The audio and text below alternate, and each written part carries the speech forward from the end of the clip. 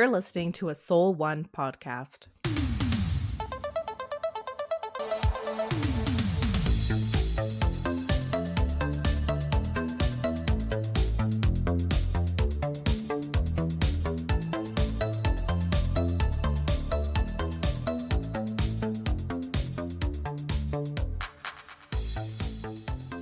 It's your favorite kind of episode this week, Taylor.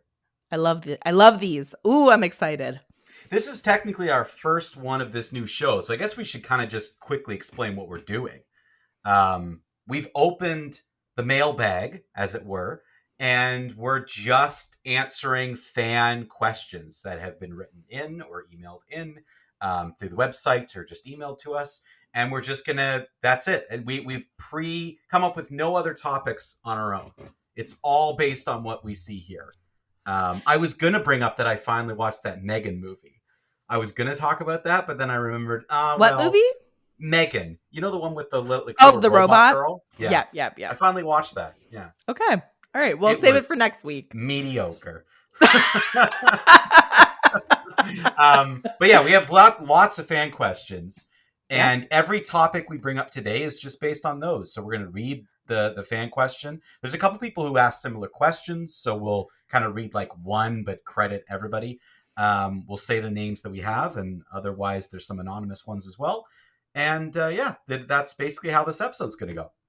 So if things go off the rails, I take absolutely zero responsibility for it because it's the fans wrote in. So I am not responsible for which way this episode goes. Well, that's my disclaimer. Wait a minute. Let's back up a second here, because you are going to kick things off with your own headline. It does have to do with a fan question. It's fan question inspired, but yes, you are kicking us off with another one of your takes. So, you're responsible for that bit.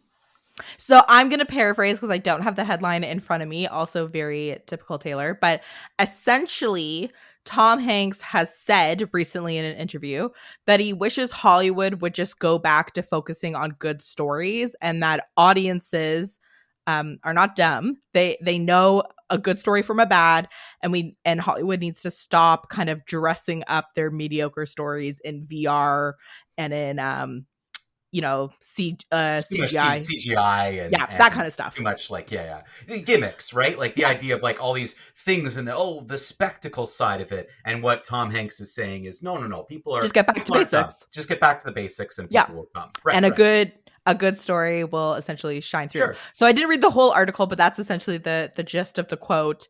And Mike, I think this is very rich considering he has just debuted a movie that is full of gimmicks. Well, hold your horses. Wait a minute. Because I imagine he's talking about the movie he's in. I'm sure. Rich story, right? Like he's talking about that movie saying like, this is a rich story and it doesn't have all this fun. Yes, he's de-aged. But like otherwise, like this movie, what's it called? Here? Yes. There? Everywhere? Here. It's called Here. And I think the like concept of the movie is place a camera in one location and just show the passage of time on this location and tell a story in this kind of way. Like that's the concept. That's the idea. Try to do something a little unique and interesting. But I feel like he is saying that movie is the kind of rich storytelling movie, and you don't need explosions and CGI. And yes, he's de-aged. That does happen. But, again, if done well, it can work. And if done poorly, it looks atrocious. Yeah, I full disclaimer, I have not seen the movie. I think the new Venom movie has is performing better than this movie from some of the box office numbers that I saw. I didn't even know it was out. The new Venom or Here? No, the Here. I knew Venom was out, but I didn't even know. I didn't know Here was out. I think when I get what you're saying 100%, but I feel like the fact that they've used a stationary camera in one point of view of the house and the fact that they're relying on de-aging essentially cancels out his argument. Well, I don't know if placement of cameras is a gimmick. You don't think so? I think it's an attempt at a concept, right? Like something is a gimmick if you don't like it. If you like it, it's high concept. Sure. right? Like that, it all depends upon if it works. But like that, to me, that's a director. It might not work. It sounds He's a little taking weird, he's but taking a taking gamble. taking, and I'd rather see someone take a risk than just shot over the shoulder, shot over the shoulder, two shot, shot over the shoulder, Yeah. shot over. And Like, at it's least it's definitely something. the plot is definitely like, this is going to be a story driven movie. Yes. I wonder, Mike, and I don't want to take up too much of this time because I want to dive into our fan questions. Do you know if this is an adaptation of a play? Because it sounds very much like a play setup. I believe it's an adaptation of something. I'm not sure if it's a play though, or a book maybe. But it's certainly for anyone who's seen a play, this will not be anything new, right? Like that, it's just gonna be like, yeah, okay, it's this thing. But for movies and moviegoers, it is different. It's like telling a story kind of out of sequence, or like doing something like Memento. That could be a gimmick if it's done poorly. If it's done well, it works, and it's a concept, and it works. It's kind of like how Hitchcock did Rope in a single take, or at least made it look like a single take. Single shot movies. Yeah, same thing. Like, so no, remember that movie Mother? Yeah, that had a lot of gimmicks in it, but that's because it was trash.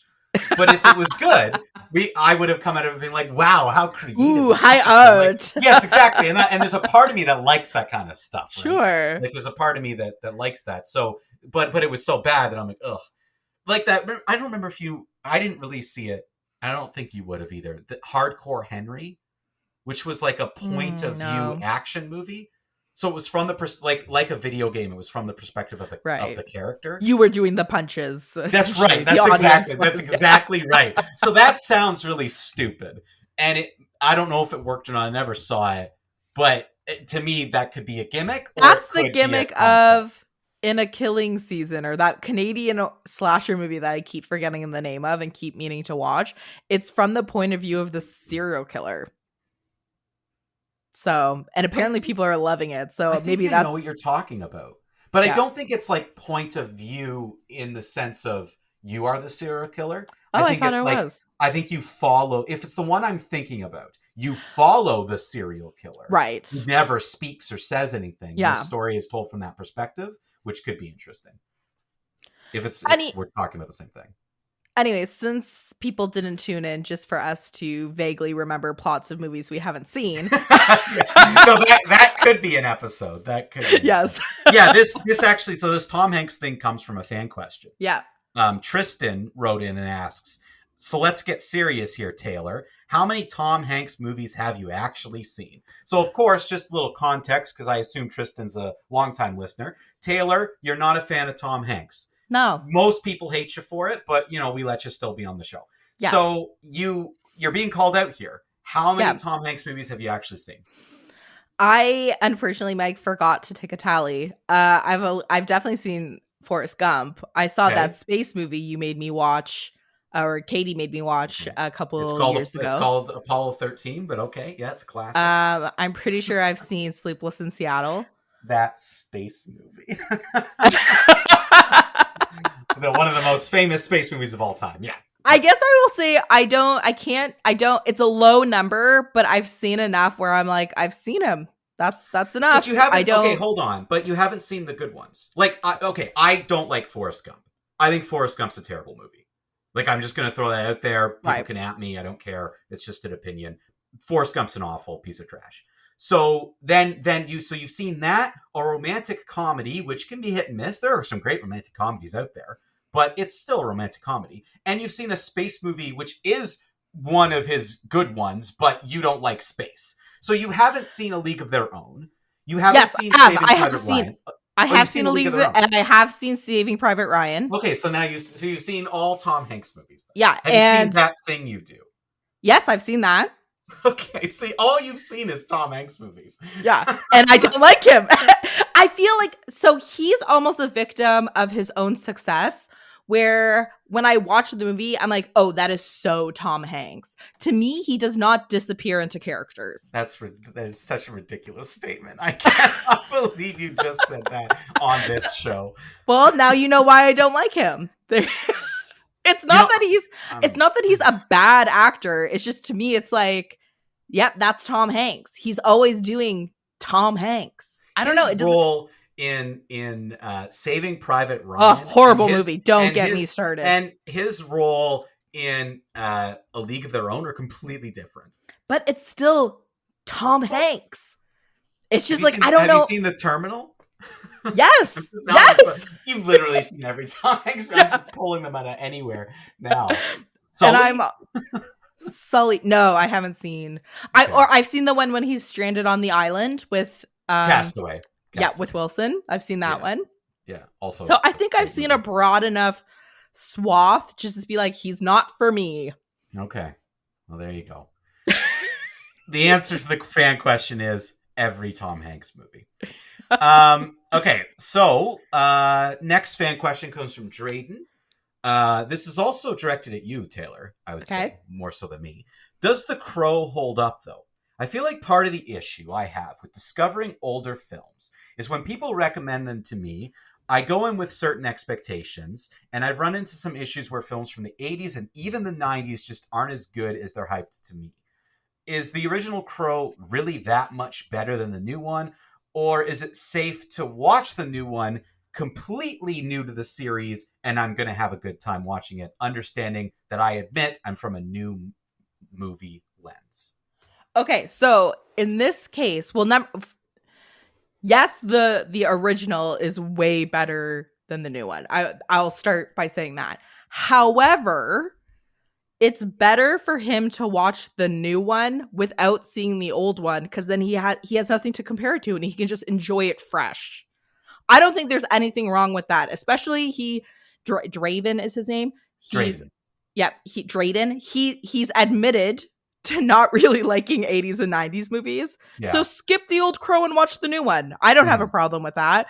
But do you miss anything? Like if you don't know The Crow, will you understand this new movie? No, because they overcomplicate it with additional mythos in this one. That. Like if anything, it's too confusing. they give you too much. Do I think this movie is like fun enough to just enjoy as new IP? Like I don't think it's a very good movie. Like I'll say that. But if he on record says people recommend movies from the 80s and 90s, I do not like them. I'm curious to know how old he is, Mike, because that sounds young bananas. To me. Yeah, that's sounds bananas. Which like I can kind of understand. Like if you're used to movies now, sure. Certainly in terms of the way they're made, the technology is so much better that I've seen people say like, oh, like this classic, like it's too 80s and 90s, they're dull. Corny. Like they're it's too corny. Like the 90s especially, a lot of corny movies. That's what we kind of loved about them. But yeah, I can understand that perspective. I think from what you're describing, it's safe to watch the new Crow without giving up. Like you're not losing anything. In fact, I would say watch the first one. Like watch the new one. Maybe you love it, maybe you hate it, and then go back and watch the 90s ones with no expectation. I think part of his problem is that he's going in with huge expectations. We have a pretty good philosophy on this show, Mike, to set the bar as low as possible. Lower your expectations and you can never be disappointed. For everything in life. That works not just for movies, but for everything. So, I would say the first one is definitely much better. But I would be interested to know what it is about 80s and 90s movies that he doesn't like, because it may very well be The Crow is guilty of all those things. The original Crow, I should say. The one from the 90s. I think there are still movies from those eras that even people today, like I think you can still get into it because of either the whatever piece of technology they're using is being used well. Like I still think the original Jurassic Park movie holds up very well, and the CGI and the look and the feel of it, like I still think it holds up well. There's like a couple moments where it's like kind of obvious, but I still think you can like walk away from it, even if you're younger, liking it. But I can see there are some, if depending on what you've seen, there are certain 90s movies, like if you've just watched a handful of really corny ones and a handful of really slow 80s movies, you'd be kind of I'm gonna hazard a guess. I'm going to hazard a guess that his friends and family don't have very good taste in movies. Because there are so many. I don't think I've ever met someone who's been like, I've been revisiting 80s and 90s movies and I don't like them. But also I wonder if it is a demographic thing. Like, we are just older than this person, maybe. Yeah, and our and touchstones are different. This is what's important about our show. You write in the fan questions, we take down your whole family. That's the idea. You all suck. What a terrible movie taste. So hopefully that helps, or not at all. Yeah. So this next question came from multiple people, just written in different ways. So we'll credit Melissa Owen and Anonymous for this. So the essential question is, what's your favorite comedy of all time? So the best kind of wording of the question that I chose was, you've brought up several times in the show that comedy is the hardest kind of movie to review because of how subjective you both feel it is. What would you say are your favorite comedies, and how would you describe your comedic tastes? So it's sort of a two-parter. We got to give what are some of your favorite comedies, and then what's your comedic taste? Taylor? Well, you go first, Mike. Me? What's your favorite? Well, I just answered the last two questions. Oh, okay. I'll answer this one, but you go first. I'll answer. I was gonna stall because I didn't prep. Okay, I have my answer, so okay, go ahead. I was just being generous. My favorite comedy movie of all time, and this is a deep cut, and people are probably going to judge me for it. It's the British comedy Bedazzled from 1967. This was remade. Well, wait, what? It's the Bedazzled, really? Bedazzled. The basic premise is that this kind of he's a schlub. He's a bit of a loser. He's gonna kill himself, and before he can kill himself, the devil intervenes and offers him, I forget how many. Like, isn't Brendan Fraser in this? So it was remade in 2000 with Brendan Fraser, and it's not. I don't like the remake. I don't think it's good, and I think it is like a corny movie from the year 2000. But like the original one is a British comedy, and essentially this quote unquote loser makes a deal with the devil, and he's given like so many wishes, and of course it's the devil, and every time he makes a wish things go haywire, and it's kind of almost like vignettes, like each wish, and then you see what his life is like during that wish, and hilarity ensues. So for me, that is probably my favorite of all time. And then I was thinking a lot about this, Mike. I feel like a lot of just like our personalities are kind of baked in during puberty and like high school. Maybe that's wrong. I'm not a psychologist. But I feel like when I think back of like, what are the best comedies? It's the ones that just like made me belly laugh in like grade 8 to like grade 12. And so like Dodgeball, Napoleon Dynamite, there's a couple other ones. Superbad. Like all of those to me are just so funny and hilarious, and I could probably watch them now and still belly laugh. So my sensibilities are definitely like, I've said it before on the show, like the humor of a 15-year-old boy that like still stands up. But I also love movies that are like kind of zany, like off the wall, satire or spoofs. Like the weirder the better. Like even like the Austin Powers movies to me are very funny and hold up a lot, more or less. I don't know if the politics hold up, but like, so like that would be my sensibilities. It's just kind of like zany, stupid. I'm all for like a sight gag. And was there the last part of the question? Did they also ask what is the best recent comedy we've seen? The word recent isn't here. No, just favorite. Okay. All right. All time. Could be recent, so, could be old. Bedazzled of all time. But I did review this one. I do want to give a shout out, an honorable mention to a movie. I think I reviewed it last year, which captures a lot of my sensibilities, which I haven't seen in a really, really long time. It's Bottoms, which is about these two girls who like start a fight club so that they can get girlfriends. That to me, like that really captures my comedic sensibilities. So if you're trying to like understand me as a person, watch Bedazzled, Dodgeball, and Bottoms. It's interesting because like when I think of comedies, I kind of do the same thing that you do. I more just think what always made me laugh the hardest whenever I first saw it, or Mhm. something that I can revisit. And I think it is kind of a wide range, because I'm someone who really finds situational comedy the Yeah. funniest, when you're just the ridiculousness of the situation, even if nothing silly happens, so long as there's a character who realizes it's ridiculous, I'll start laughing. But I think, like, for me, movies like Scary Movie 3 Yeah. will always be one of the Any of the funniest scary, movies. any of them. There's something about that third one. I think Fair it was enough. because I saw it after seeing that was the first time I got every movie reference they Right. gave, because I saw they made, like, Signs had only come out that year. One of the Matrix movies had just come out. Like, there's like all these movies that they make fun of that are kind of the principal part of that. And I'd actually seen the movies and got the references, because I honestly had stayed away from like movies like Scary Movie for like the longest time. So when I first saw Scream, I should say. First saw it was Scream that I kind of didn't really watch much of. So the first couple Scary Movies, they were referencing things I didn't really get. Whereas there's something about that third one that just like hit. And like Leslie Nielsen, who's hilarious in it, and all those kind of great comedians that are in it.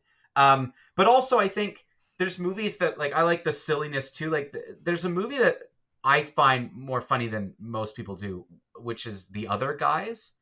Oh, I love that's Yeah. an amazing. Okay, The Other Guys, if we're talking like more, even though that's several years old now, but like if It we're is, talking yeah. more like contemporary, The Other Guys really captures my comedic sensibility. Yeah, like I just find The Other Guys. 21 Jump Street also. Yeah, the 21 Jump remake. Street. That's another good one. Yeah, like I think and I would loop them in kind of a similar category. Like Yeah. The Other Guys and 21 Jump Street, where it's like comedic action. It just happens to all be around police officers, which is also just funny. But like the Other Guys, there's just something about teaming up a comedic actor with what you generally see as a more serious or action one, like Mark Wahlberg, who's also very funny. But like that Will Ferrell, Mark Wahlberg team up, great chemistry in that movie. It just works. And Daddy's Home and all those, like, I saw the two Daddy's Home movies, they're both in those as well. There's something about the two of them that like elevates it. But one thing I'll always remember is scenes from comedy movies. So The Other Guys, it's the funeral scene where Mark Wahlberg and his kind of rival have a really quiet fight. They're trying to have a respectful wrestling match. Yeah, like they're like screaming at each other but whispering, and then they start wrestling. And Michael Keaton, who's the police captain, like comes over to them and also whispers. He's like, "What are you doing?" Like, he gets them in trouble. But like he keeps quoting TLC songs. TLC, the whole movie. Yeah, the whole movie. Just like, do you know what you're doing? And he's like, what? Yeah, that's a great movie. That is, yes. And Stephen Coogan, I think that's his name, he plays the villain, and he keeps sending them to Broadway shows to distract them. Like when they come to investigate, the free like, tickets. Do you want to see? Yeah, the free tickets to Mamma Mia or Jersey Boys, and then they end up at Jersey Boys. Like it's little bits like that I find that I remember the most. So like other like Hamlet 2. I think yeah, it's also another really I would because think, of that concept, right? The idea of it makes it so much funnier to me. Mike, we often don't overlap, but we definitely have similar comedic preferences. Yeah, I would agree with that. Yeah. Okay, next question comes from Ronald Coleman. Ronald Coleman here, still listening after all these years. Thank you. Just to clarify, your parents, meaning my parents, whom I know, were at the screening room and spoke to Matt Salton briefly. It was not as his memory was trying to recall. Mrs. Coleman and I were very close proximity. Not that we were listening, but it was in between movies. They were talking about having rented a truck several years ago for one of your theater productions. I'm not sure of the details, but they were having a bit of a chuckle about it. Maybe you could fill in some of the details for Mrs. Coleman, myself, and your other listeners. Enjoying the new show, Ronald Coleman. P.S. Your parents do not have a favorite child. So there's a lot to unpack in this. Number one, you basically just told a different story than what Matt was. So basically, the story Matt told, they were not my parents. Is what we come from that. Yeah, a different interaction. Yeah, yeah. Which I thought of, because I'm like, it's not like it's not like my parents to be that vocal to sort of scorn someone. They would go home and complain about it. That's right. Yeah, they would talk about it on the walk home, definitely, but not to the person's face. So I knew that was a little suspicious. I don't know what I'm supposed to fill in about Maybe the time story someone about rents a theater truck. Yeah, do you remember that? No. What was the play? Not what Matt Salson would be involved with. First of all, we did 40-something shows, so we rented a truck many times. So I don't know what they're talking about, but I don't know which one Matt was involved in. Like he directed Heathers, so he would have been around for that. So maybe it had something to do with Heathers. I don't know. Could be. I don't remember. Okay, your parents do not have a favorite child. I never said they did. What I said was I don't believe people when they say they don't have a favorite child. And the example I gave was, what if one of your children became a serial killer? They're not going to be your favorite child. Like, that's just, it would be ridiculous. So essentially you're saying you haven't messed up enough yet for your sister to become the favorite. That's right. I'm not currently in jail. Right? So that should be the bar. But Taylor, just imagine for a second that you have George and another baby named Borg. And Borg and George are your children, and Borg grows up and murders someone. Yeah, but sure you and George would have a conversation about it, and you'd be thinking, George is a little bit less of a murderer. Isn't it kind of in my personality, though, to love the murderer more? To be like, that's my cool kid. I'm kidding. I'm kidding. I know. This went in a direction. My expectation was you would disagree with me, and we'd 100%. I understand where you're coming from, but until you have children, Mike, you really don't know. Like, I can't. You really don't know. All I know is I'm lucky to only have the one, and so it's easy for me to say, yes, George is my favorite. Well, because the comparable is you don't have a favorite parent, but if one of them murdered, I think I might. Like you don't have a favorite parent. I'm pretty sure that would be the moment. I think lots of people would say they have a favorite parent, but you're not a child of divorce. Wait, hold on. If that's a universally accepted thing, then having a favorite child should also be universally accepted. Agreed. This has nothing to do with my parents. I just want to Ronald Colman completely, I assume Ronald Colman is extremely old. And just as an old person, they went off in a completely different direction. Are you saying your parents are extremely old? Because I didn't say that. I said Ronald Colman and whoever Mrs. Colman in must be extremely old. They sound like senior citizens, potentially collecting pensions, possibly grandparents. and all I said was I just don't believe people. Yes, I don't have children. So maybe that would change it. Something magical happens when you have kids. I'm with you. I know that, but I'm with you. I don't think like every parent would have a favorite child, but I think there's definitely families where it's very apparent that there's a favorite child. The one who didn't murder. Exactly. It's so obvious. It's the one who's not in jail currently. Next question comes from Anonymous. This is just sent in over the website. Did you ever get through Agatha All Along? So I assume this is directed at me because I brought up Agatha All Along in that weird episode you missed that one day. So yes, I did. I did finish Agatha All Along. Here's my quick 10-second review. The first 4 episodes are like a slog to get through. Episodes 5 or 6 to the end, brilliant.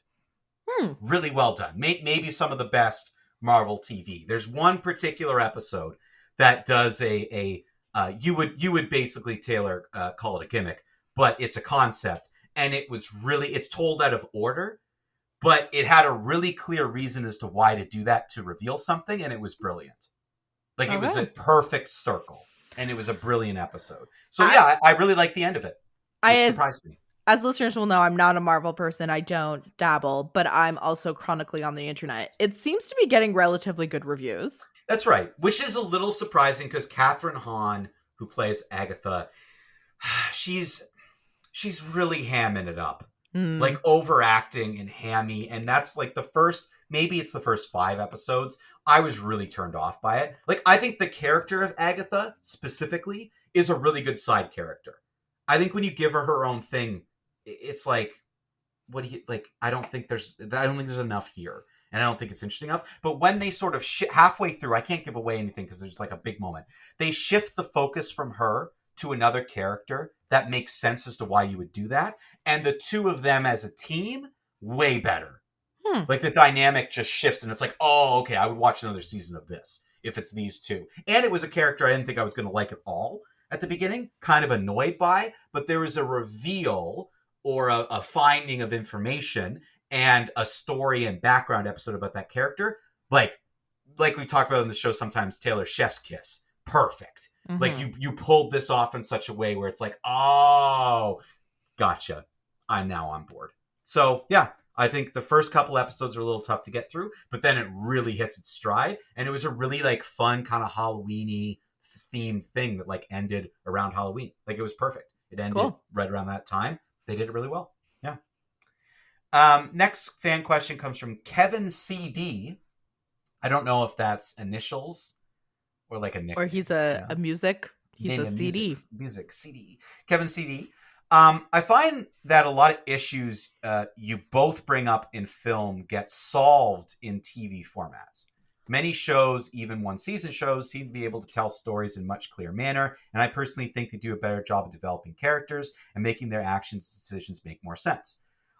I point out a show called The Patient, a one-off show starring Steve Carell, who is a therapist kidnapped by his patient, who turns out to be a serial killer. The show is brilliant, could have been a movie, but with several episodes, it gives you a chance to fully develop the story and characters. Can either of you think of a movie you've seen recently that would work better as a TV show?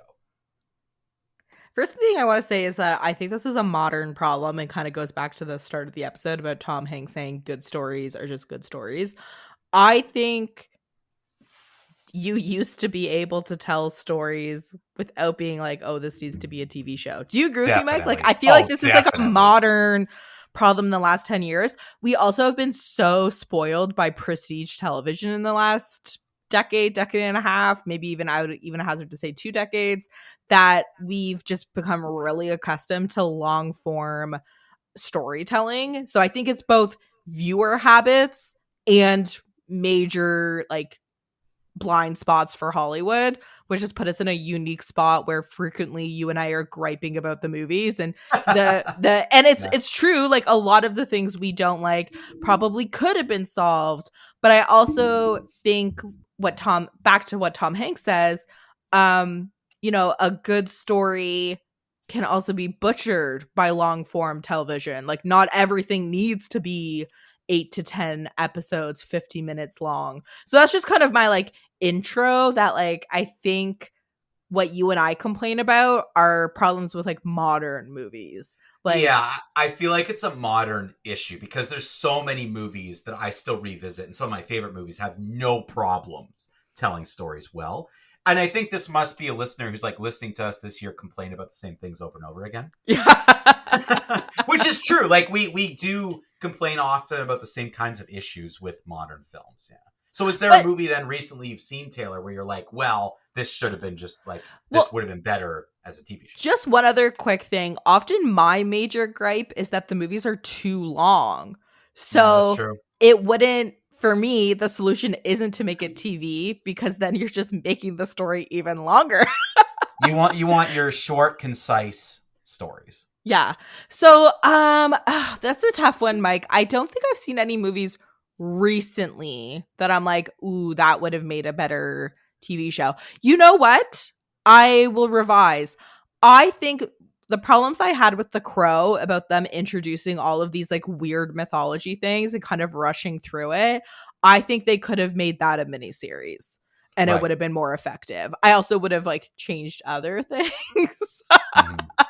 But with the right writers and maybe like new character design, I think that could have been an effective like 8 episode miniseries. Because then you could really get into the mystery that they were trying to solve, the supernatural element, the backstory about the couple. So even though I didn't love that movie, that one probably could have been a TV show. And I think I could have lived with that. Yeah, I'm trying to quickly like review the movies I've seen, like take a quick look at the movies I've seen this year. Nothing like screams to me would be better as a TV show. I mean, like there are some movies I'd revisit more often if it was a TV show. Like I would not mind if they can pull it off budget wise, a Planet of the Apes TV show. Like I wouldn't mind that kind of thing in the Sure. way they do the movies now, because I feel like it lends it. Like there's so many stories you can tell. There's a whole progression. Like I feel like that would work. Um, yeah, there's nothing. We've There's definitely nothing said it else. on I know we've said it in the past. Probably not in this like the new iteration of this podcast, but I know there have been times where we said this would have made a great TV show instead of a movie. Yeah, yeah, and I think that again, it comes down to there have been movies, not as many this year that I see, but certainly last year. There's a lot of movies where I felt like, especially from Marvel, they were like rushing to Mm. try to keep the time down so they can just get it into more theaters. But I feel like it would be better. Like those movies, we haven't seen one recently, but I think there's another one coming out next year. Those Inspector um now the The name of Knives Out some what am I movies, no, yes, thank you. The Knives Out movies. Benoit. Benoit Blanc. That's his Yeah. name, Benoit Blanc. I feel like I would watch so much of that. Like if you I gave would me a watch that TV as a show, like miniseries. where you can, yeah, like a mini instead of movies, miniseries where you can really flesh out mysteries. I would watch that a million times. Like I feel like, especially like Daniel Craig's so good in that role. I feel like that would be kind of cool and interesting because it's kind of a And you play off of the Agatha Christie novels, yeah, right? Like, and it's kind of an homage to that, but they're new stories, which I like. Yeah, you could definitely do interesting things too where each season has like an overarching mystery, but then each episode is its own like contained kind of that's like right. X-Files. Yeah, exactly. There's like a mystery at large, and there's pieces that he has to solve through it. It would lend itself so easily because I think we're getting another one of those. Maybe it's not next year. Maybe it's 2026, but we're getting another Dan one. and this week So Daniel Craig said that he wants it in theaters. yeah, So well, it makes sense. I mean, I would put it in theaters. yeah, but Opposed to didn't the director make a deal with Netflix? He cut a deal they with did. Netflix Oh for yeah, like the yeah. next But Netflix can put their movies in theaters. Like they've done yeah. that. They can Yeah. do it. They just they have Don't. to do it. But yeah, they don't. But they can do it, and they would make money. But yeah, I think we're getting another. Speaking of the Agatha Christie ones, I think we're getting another of Kenneth Branagh's Yeah. detective series too. The last one was Hero. okay. Yeah, yeah, I think we're getting another Oh, did you Hero like the mystery. last one? The kind of the No, I Halloweeny one? didn't. Yeah, you didn't I like mean, I that liked one. it. Yeah, I didn't. I liked it like maybe a little better than the Nile one, but I didn't think it was. Yeah, I thought it But was a you little did like weird. Murder on the Oh Orient yeah, Express, right? yeah. I thought that movie was excellent, excellent. Yeah, and I do like him as Hercule Poirot. Like I think he's very good. I think a lot of mystery stories lend themselves well to television Yeah, I because think mystery is a good point. it's a slower pace. Um, you have more time to explore people, so I think that's appropriate. But again, I'm really hesitant to say that, oh, long form television is the solution to movie problems. It's like, Yeah, I no, don't think it just make a good necessarily is. movie. Yeah. Next question. This comes from anonymous through our website. What does fan cast mean? When you Hmm. were talking about American Psycho, you mentioned you should do fan casting. What does that mean? I guess we've never really explained that term, actually. I 'Cause just thought it this was harpens back to our Screening Kingston days. in in the listener's defense, I did the thing you're not supposed to do where you just assume your audience knows the words you're using. I Yeah, thought fan cast was kind of like a mainstream thing, but it might be a very niche thing. yeah. But 'Cause Mike, do you want to Yeah, I describe mean, what it is? basically, it means when thinking of a movie like American Psycho doing a remake, we The fans. cast it ourselves, the The fans. fans. So we have no authority. We have no ability to make this happen, and frankly, we don't have the experience. But we just do it as fans. When you like something and you're a fan of something, you think of your dream cast. Like you can, for the listener, whoever it is, you can think of right now what your favorite book is, or favorite like other thing that you like. Oh, this would make a really cool movie. You in your head probably think of what that person looks like. We just by fan casting, we say, oh, it should be this person should play this role. That's all it is. So Mike, that's a really good example with movies because like when they were rumors. This was like way back, time machine back. Probably the person who initially wrote in about the 80s and 90s movies wasn't even born yet. But when the Twilight, when they were talking about casting the Twilight movies, and there was like Facebook groups of like Twilight fans, and all the fans, there would be like threads of fan casting, who should be Edward, who should be Bella. I was in one of those groups. Do you remember any of the people? I wanted the French actor who played Hannibal in Hannibal Rising to be Edward. Oh, okay. So, don't I was obviously like really into, and I forget his name. Actually, he might have passed away from a skiing accident, if I'm remembering correctly. Oh. But anyways, he was in Hannibal Rising, and I saw that movie around the time like these posts were going around. So that was my dream. I don't think I had a Bella choice, but it's certainly my fan casting was not the cast that ended up being casted. But you can even do it with movies that like, what's your favorite movie? And then you think, if I was to remake this movie, who would I put in these roles, right? So it's whenever the fans pick the actors, and it doesn't mean anything. It's just fun to do. You'll see like people will make like fake movie posters of people they wish, which is a whole, I don't know. We don't have time. Maybe we'll talk about this next week, Mike. The controversy around the Wicked fan made poster. Yeah, don't even get me started.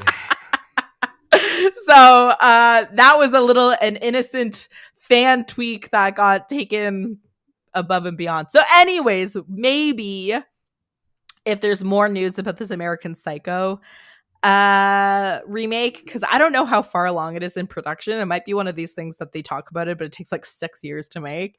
Maybe when things start heating up, Mike, we can do a fan cast of that, or people could write in. But I don't know if American Psycho is big enough IP that people even care about it. That's probably a Taylor specific. We'd have to choose something else. Yeah, I think we have to choose something else. Because we've done fan casting on our old show. Yeah, well, and we'll do it again. It's just it's when something big's coming. That's when we do it. This next fan question's just a great one. Maybe my favorite fan question ever. This comes from Ashley. What does Baby's father do for a living in Dirty Dancing? He's a doctor. So I've never seen Dirty Dancing. What? It's one of those movies that it's so part of pop culture that I thought I saw it, but I literally, that was one of the movies that was one of the options when we were forcing each other to watch movies we thought we were going to hate. And I said, one of my options is Dirty Dancing. You said, oh, I've seen it before. So I don't think I have now that I, especially with this particular fan question, because I went, who's Baby? And who's her father? And I know you don't put Baby in a corner. That's about it. I believe he's a cardiologist, because they're there at the resort longer this year because the guy who owns it comped them weeks because essentially the baby's father helped him. This sounds so familiar, but I feel like I haven't seen this movie. But this sounds so familiar. Well, there you go. That's I don't know what inspired the person to write this in. I guess they thought fan bag also includes trivia. Trivia. It's a good trivia question. I believe he's definitely a doctor. I believe, if we're looking for specifics, I believe he's a cardiologist, but definitely a doctor. And that's why he's able to help the dancer who is having her medical emergency. I won't give it away for the 1% of the human population that includes Mike. Okay. Next fan question came from a bunch of people. Couple anonymous. Rally and Colin B. What's been your favorite movie and least favorite movie so far this year? That's really hard. I mean, I think my favorite was probably Turtles All the Way Down. I think that's been still kind of like a hidden gem movie. And Deadpool Wolverine has been also very good. My least favorite, I mean, I don't know what one's been I like not one pops in my head. Maybe Madam Web. Madam Web. It's one of the only movies I've ever left to go to the washroom because I thought this isn't worth disease for. Like I'll just go. Like I'm not going to put myself through torture for this. This isn't worth a bladder infection. And also I knew what was going to happen next, and I was right. So I was just like, whatever. I'm not missing anything. So that's probably my least favorite movie of the year. Yeah. I forgot to prep this one. I should have gone back and like looked at the reviews. I'm one of those people that, well, you weren't prepared for the comedy question, so this is my That's true. You've had a lot of streamits this year. Yeah, like you've had a lot of middle ground. There isn't any one movie where I was like, that movie was horrible. I don't think. But yes, lots of streamits. I really liked Longlegs. Mm-hmm.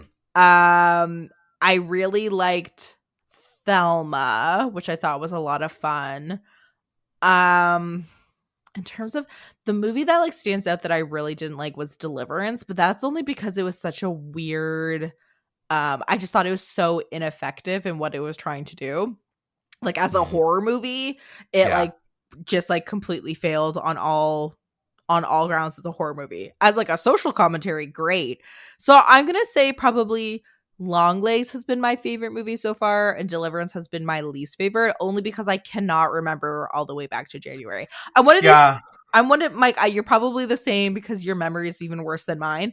But it's kind of like when I like read a book, I can absolutely love the book, and then the moment I'm done reading it, I'm like, I don't even remember the names of the characters. I'm looking on our Instagram, like the story highlights. I'm looking at all the movies this year, and I'm seeing new, like Borderlands. That's definitely a terrible one. Sing Sing was really good. That's definitely one of my favorites. Like I'm being reminded of movies now that I'm looking at it. Like I didn't even remember watching some of these until I looked at it and went, oh yeah. Yeah. I don't know. I don't even know if I've made it. I must have been to the theaters at least once this year, but like I could not tell you what I saw. Definitely. I can't tell you what I saw in theaters this year, which is sad, but something. That's the climate. That's the climate of cinema. Right. Next one. Yeah. This comes from Sarah. Why do horror movies only have to be for Halloween season? I personally think there is nothing better than relaxing with a nice hot cocoa by the fire in the middle of winter, and in the middle of a winter storm, watching the Conjuring universe or Insidious, which is another really good horror franchise in my opinion. Or Misery. She's describing kind of the plot of Misery. Okay. Well, it takes place in like a very harsh Maine. I think it's Maine or New England winter. But with a car accident. I have never on the show said that you can't watch a horror movie outside of Halloween. I think you're on the record as saying you actually can watch it, and you should. Yes, yeah. Just like I just mentioned Longlegs. That to me is that is not a Halloween movie. That's like a winter horror movie. It takes place in the winter time. It takes place just after the holidays in January. There is snow, lots of winter coats. To me, it is a winter movie. So I am 100%. It was Sarah who wrote this in. Sarah, you are right. Whoever is telling you can't watch movies in the winter, they are wrong. And drink your hot cocoa, sister, and sit by the fire and enjoy your movies. Conjuring's a great universe. I've only seen maybe 2 Insidious movies. I don't know. I probably have seen the first Insidious movie, and it didn't really make a very big impression on me. But I think there is a lot of overlap between the fans of The Conjuring and the Insidious movies. It's the same actor, is it not? That Patrick Wilson, yeah, he's in both. Yeah, good for him. I think James Wan directed the first one too. That checks out, and that makes sense why Patrick is in both. Wilson. He's in all of James Wan's movies. Like he must love him. Even when he did Aquaman. Like Patrick Wilson plays Aquaman's brother. Wow, good for Patrick Wilson. You know what? I think he is a handsome man, and I think he is a good actor. Like he got super ripped and buff for the role. Too. Huh. Like real, like he's like really like he's recognizable. He can still him, but it's just like wow, you like put in the work. Yeah, you put in the work. Good for Yeah, him. he's like, it's a main role. He was in both movies because the brother is the one who's trying to usurp the throne, and they have to team up in the second movie. It must be a case of they just really like each other. Like they like working with each other. I You love you that. find an actor you work well with, you want them in everything. Yeah, Yeah. happens all the time. Ian says, still no Joker 2? No, Nope. it's not on streaming yet. It's got to be on streaming. Not going to waste. Have you heard any buzz? It's not still in theaters, is it? It's not in theaters. No, it's So soon. It's done. It'll be available soon. Yeah. Anyways, go ahead. Kristen writes in and says, "What streaming service do you both have, not have, and why?" That's a fun question. My streaming services are largely dictated by the fact that I'm poor. I have Amazon, Disney, and Netflix, and through Kudo, I have them bundled, so I get a discount. So that's the only reason why I have Disney now, is because it was included in this bundle packaging. If it wasn't for the discount, I would only have Netflix and Amazon. A lot of it has to do literally with like subscriptions. Like why would I pay for things that I'm not using? So I had Apple for a time, and we watched the first season of Ted Lasso. We started watching the second season, and we didn't finish it. And then after that, I think for like probably well over a year, I was just being charged for Apple every month. And finally I was like, no, like I have to put my foot down. So that's why I don't have Apple. I know there's a couple series on Apple that people are really crazy about, but I personally don't think Apple's leading with their original movies. Like it's not, I'm never dying to watch like an Apple made movie. No. And then, there's a smattering of other streaming services that are just like too niche. So again, I can't justify paying for like Criterion or Mubi or Mubi. I don't know how to pronounce it. MUBI. But I do subscribe to Stars through my Amazon. Like I pay like an extra $5 a month, and it just like extends my movie catalog. And periodically I'll add on sort of the quote unquote like channels on Amazon to like again extend my catalog, and then I'll stop paying for them or whatever. So that's the long and the short of it. Most of it is financial, and then if there's just not a lot of good content that I want to watch, I think if I didn't, I know I'm going on now, Mike, and you can answer, but your answer is easy because you just have everything. But I have them all. If I didn't have a kid and I was watching more TV content, like if I was watching more long form television, then I probably would have Apple, because I hear that they have very good series. Like Severance has been getting a lot of good buzz. I think Slow Horses might be on Apple, which my boss really likes. It's like a spy one, and I think that's an original Apple. I just don't have the time or the bandwidth to be watching series right now. So wah wah. Maybe when George is older and I have more disposable income. What about I have them all, despite not being able to afford any of them. There you go. Next question comes from Michael, who says, if movies are truly seasonal, how would you describe right now, from November 1st to whenever it is appropriate to still watch Christmas movies? Some people epic movies. Like this is when the epic movies would come out. This is when Lord of the Rings, Harry Potter, like Dune, they live here in my memory, like in my mind. Like that's the kind of movie that is right now, in my opinion. I think you could even though I'm not a fan of the Twister, I think you liked the second Twister, Mike. I think like you could watch Twister now. That would be a good as much as I Twister. It's a summer movie, but I feel like movies. I feel like you're right, because the new Star Trek movies will always come out here as well. You get in early December, you get Star Wars. Like I think big epic movies I like that would often come out now. And that's the type of movie that I get excited to watch right now, because that's when I was a kid, you get Lord of the Rings one year and Harry Potter the next. Like that was just the way it was. I think if you wanted to like really be like niche, you could probably watch like film noir movies in November. I think Criterion might do noir November.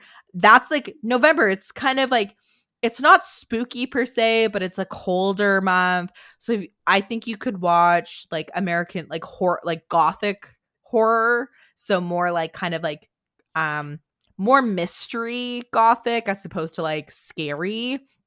Just mysteries in general would be good for now. I definitely agree with you, Mike, like epics.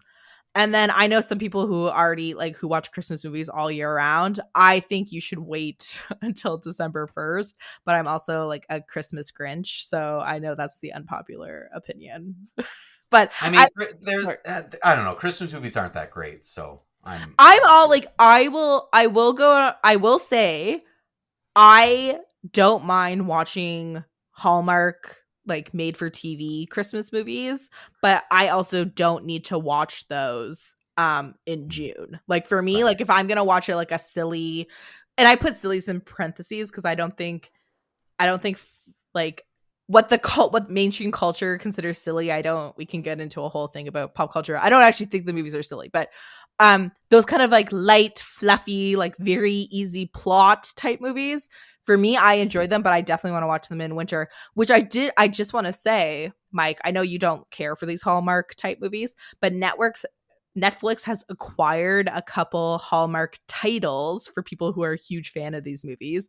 So I'm looking forward to that because there's one particular Hallmark movie, because I don't have cable, I haven't been able to watch it, but I think it's coming to Netflix this year. So fingers crossed. But after all of that drama with Woman of the Hour, we'll see if Canadian Netflix gets. We still don't have it. I know. Still don't have this. So we'll see if Canadian Netflix. The article I read didn't specify which Netflix these Hallmark movies are coming to. Never does. But I'm hoping us Canadians get to see it. Well, that's it. That's all the time we have for. I wanted to leave 1 minute though at the end, Taylor, because there's a question that I've been meaning to ask you that I don't think we ever came back to. What did you think of Jesus Christ Superstar? Okay, Mike. I'm a little bit of a theater snob. So I grew up not really, because like you're actually a theater. But like I guess I'm used to like top production because Sure. I grew up in Burlington. And so for school trips or even, as like presents, I would either go to Mirvish in Toronto or Stratford. So like we're talking about like those are the best. That's the best of the best. Best of the best. So like, and so like when I get anything less than that, I'm like a little disappointed. So you tempered my expectations. You said like Gananoque, it's like a professional theater, but it's not, it's not of the level you're going to see in Toronto. So I felt like it was a little, and this is like no slight to the cast and crew, but it definitely was a lower production value than I'm used to. I would say that the actor who played Judas was the strongest singer, and let's face it, Judas is kind of the star of Jesus Christ Superstar. So like I think he was well casted. I think that the person who they cast as Jesus was not a strong enough singer to play that role. I also thought he was like, I didn't like the characterization that he did of the character. So it almost like I felt like Judas was the only one who like knew he was in a rock opera, and everyone else was kind of just like doing musical theater, trying to hit like rock opera notes.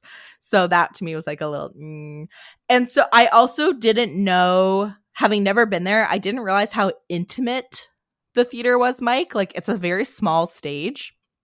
And typically Jesus Christ Superstar it has like a relatively large cast, and like you can go really big if you wanted to. And the director in his like liner notes or whatever, like the introductory notes, said like, you can do like, you could put on Jesus Christ Superstar in a stadium, like you could do like a rock concert stadium version, but I chose to like really pare it down and make it intimate. I don't like that the cast. I think having such a small cast was actually a disservice to the musical. So like for people who don't know the Bible story, Jesus had 12 disciples.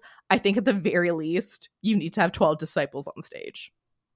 Just like, I don't think that's a lot to ask, and there definitely wasn't like 12 disciples. And you also had people, and I know there's like swing character, I know that's like normal in theater, but they would have like Herod also played an apostle, and like things like that, you know what I mean? Like they were like playing like dual characters, and I just like that didn't really work for me. So that being said, that's like my like very like critical.